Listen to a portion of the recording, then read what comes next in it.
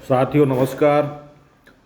साथियों, आज इतिहास में कुछ ऐसे लोगों के नाम मैं बताऊंगा जिनके द्वारा इतिहास लिखा गया है। वो इतिहासकार भी रहे हैं और उनका नाम इतिहास में आता भी है। तो सबसे पहले मैं चर्चा करता हूं कालिदास और मैक्स मूलर। मैक्स मूलर जो थे जर्मन विद्वान थे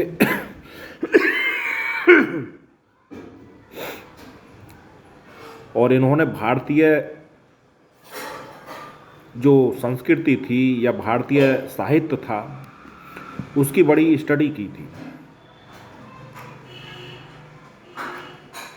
इसीलिए उन्हें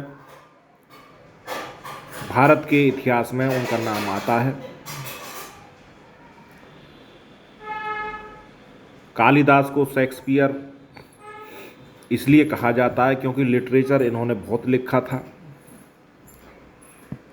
और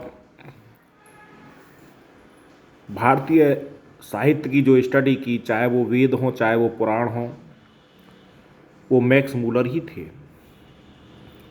इन्होंने भारतीय साहित्य की बहुत अधिक स्टडी करने के कारण भारतीय इतिहास को समझा।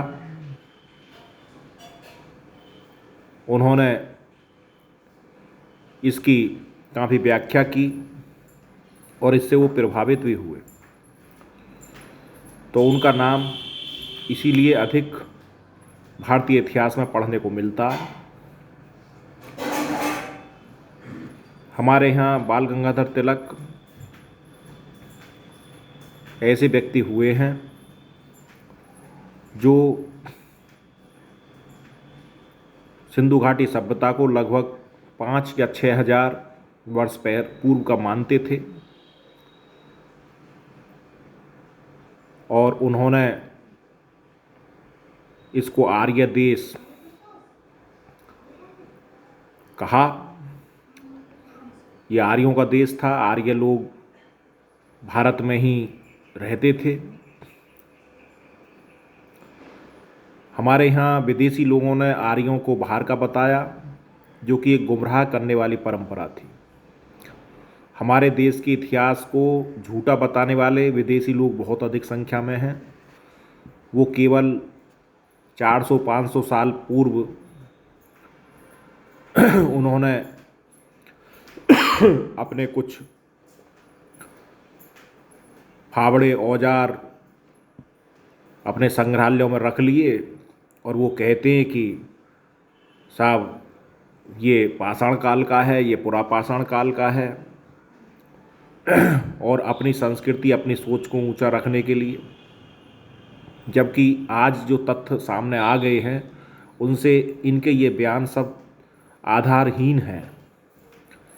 आज हमें सिंधु घाटी सभ्यता की रिसर्च से ऐसे तथ्य सामने आ गए हैं कि यहाँ महाभारत काल था, महाभारत का युद्ध यहाँ पर हुआ और 5000 वर्ष पहले अगर यहाँ कोई सभ्यता थी तो वो आर्यों की सभ्यता थी।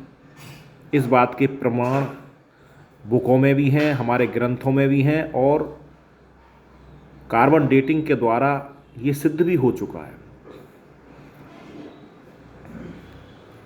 तो हमारे इस इतिहास को छिपाया गया, हमारे इस इतिहास को झूठा करार दिया गया और झूठा करार देकर हमारे संस्कृति को डिमोलाइज किया गया।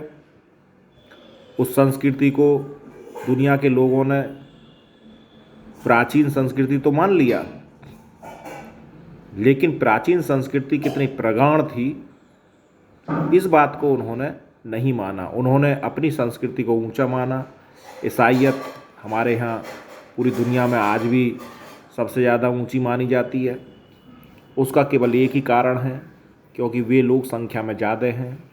उन्होंने अपनी बुद्धि और विवेक का इस्तेमाल करके अपने यहाँ म्यूजियम बना लिए, अपने यहाँ म्यूजियम तैयार करके उनमें कुछ एविडेंस रख लिए जिनको हम लोग सबूत कहते हैं। और हमारे लोगों को इतिहास का, अपने इतिहास का ज्ञान ही नहीं था। तो जब इतिहास का ज्ञान ही नहीं था तो वो उसके संबंधी सबूत कैसे रखते।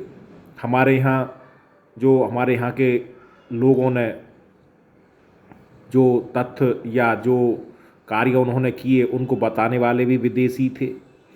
जैसे मैं एग्जाम्पल देता हूँ, अशोक ने बौद्ध धर्म का प्रचार किया। अशोक की जो बौद्ध धर्म के प्रचार की जो शिला बयान करती हैं वो आज भी भारत में मौजूद हैं, और उनको खोजने वाले कौन लोग थे? विदेशी। जेम्स प्रिंसिप अशोक के नाम को बताने वाले कौन हैं? विदेशी। टिपेन थैलर उसके लाट को, जो पत्थर की लाट है उसको खोजने वाले, उसके विषय में स्टडी करने वाले कौन हैं? विदेशी। अब जेम्स प्रिंसिप और टिपेन थैलर कौन हैं? विदेशी। तो ये यहाँ पर विडंबना हुई। हमारे देश के लोगों को अपनी खुद इतिहास की जानकारी नहीं थी। ऐसे ही स्पूनर, अगर स्पूनर खुदाई ना कराते नालंदा का कैसे पता चलता? तो ये बातें समझने की हैं कि हमारे यहाँ इतिहास को समझने वाले लोग कितने थे। हमारे यहाँ तो भारतीयों को शिक्षा देने के लिए पहली बार 1 लाख रुपए की व्यवस्था 1813 में ईस्ट इंडिया कंपनी द्वारा की गई थी कि भाई भारतीयों को पढ़ाएंगे हम। तो फिर उन्हें कितने ज्योग्राफी की स्टडी की ज्ञान होता जबकि यही भारत इतना समृद्ध और विकसित था कि यहाँ विश्वविद्यालय थे, नालंदा और विक्रमशिला जैसे विश्वविद्यालय थे, दूसरे देशों से लोग यहाँ पढ़ने आते थे। तो अब आप सोचिए कि वो समय था और फिर ये इतने डेमोलाइज हुए। उतने ही बीच में फिर जो दुनिया में दूसरे देश थे वो आगे निकल गए और आधुनिकता की दौर में भारत पीछे रह गया। ये इतिहास है। ऐसा ही एक नाम मैं बताता हूँ, राहुल सांकृत्यायन का। ये एक ऐसे व्यक्ति थे जो मैकेनिक्स इतिहास के लेखक थे और उन्होंने काफ़ी योगदान हमारे इतिहास में दिया। प्राचीन इतिहास के विषय में अगर जानकारी दी तो वो राहुल सांकृत्यायन थे। उनका नाम इसीलिए आता है। प्राचीन इतिहास की उन्होंने बहुत स्टडी की और तथ्यों को समेटा, दुनिया के सामने रखा। इसीलिए उन्हें प्राचीन इतिहासकारों में गिना जाता है। ऐसे ही हमारे यहाँ जो मुग़ल पीरियड के काम थे उन्हें या तो हम बर्नी के द्वारा देखते हैं, बर्नी ने जो लिखा, या फिर बदायूनी के द्वारा देखते हैं, या अमीर खुसरो या अबुल फजल। ये 4 व्यक्ति ऐसे हैं जिन्होंने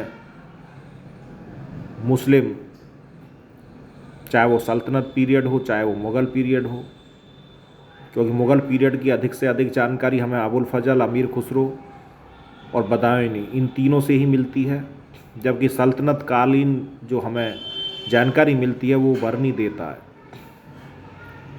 हालांकि हबीब के द्वारा भी कुछ हमें मिलता है, लेकिन बर्नी के द्वारा हमें ज़्यादा जानकारी मिलती है।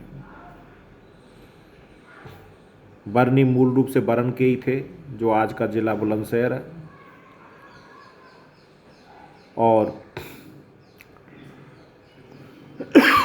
जौनपुर उस समय शिक्षा का बहुत अच्छा केंद्र था, जब इसे जूना खां की स्मृति में बसाया गया। जूना खां मोहम्मद बिन तुगलक का नाम है। अब मोहम्मद बिन तुगलक को भी देख लो कि मोहम्मद बिन तुगलक को कुछ इतिहासकारों ने पागल करार दिया है, जबकि ईश्वरीय प्रसाद कहते हैं कि वो एक योग्य व्यक्ति था, योग्य शासक था। सुल्तान पीरियड में सबसे योग्य व्यक्ति मोहम्मद बिन तुगलक ही था। इस बात को ईश्वर प्रसाद सिद्ध भी करते हैं। और जबकि किसी भी और दूसरे इतिहासकारों ने उसे, किसी ने पागल कहा, किसी ने मूर्ख कहा, क्योंकि जो उसने प्लानिंग की वो फेल रही। और जब वो प्लानिंग फेल रही तो उसे पागल करार दिया गया, जबकि उसके जो कार्य थे वो सब जनता के हित में थे और जनता के लिए अच्छे थे, लेकिन जनता ने उन्हें नहीं माना और रिजल्ट परिणाम ये निकला कि वो फेल रही।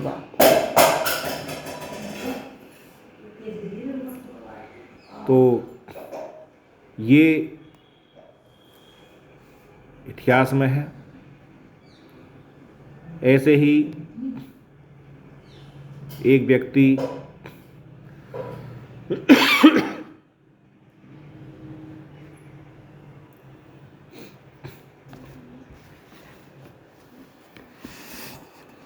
हमारे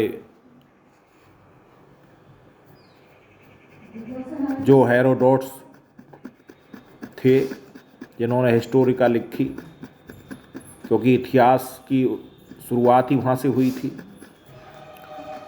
और इतिहास कोई ऐसा शब्द नहीं था, ये एक साइंटिफिक शब्द है और ये साइंटिफिक शब्द इतना विराट है कि हमारे अतीत में जो घटित हुआ उस विज्ञान को ही इतिहास कहा जाता है,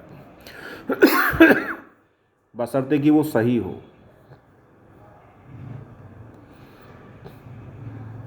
तो ये कुछ घटनाक्रम ऐसे थे कुछ इतिहासकारों के विषय में जो मुझे आप लोगों के सामने समक्ष रखने थे। और ये वीडियो हालांकि मेरी छोटी वीडियो है, लेकिन इसमें जानकारी यही है। इसीलिए इतिहास को सदैव सत्य लिखना चाहिए, क्योंकि बर्नी साहब कहते थे कि यदि इतिहास सत्य हो, सत्य निष्ठा पर हो, तो वह किसी अच्छी दिशा से और अच्छे परिणाम से उसे कोई नहीं रोक सकता। सत्यनिष्ठा शब्द पर बर्नी बल देते थे। तो ये इसीलिए मैंने आपके समक्ष ये बात रखी। तो इन बातों की जानकारी आप लें और भारत के अपने इतिहास को समझें, भारत के लोगों ने यहाँ क्या क्या किया उसको समझें, उसका मनन करें और जो हो रहा है इस समय राष्ट्र हित में हो रहा है और राष्ट्र हित में यदि कार्य होता है उसकी सराहना करें और देश को विकसित होने में अपना योगदान दें। भारत माता की जय।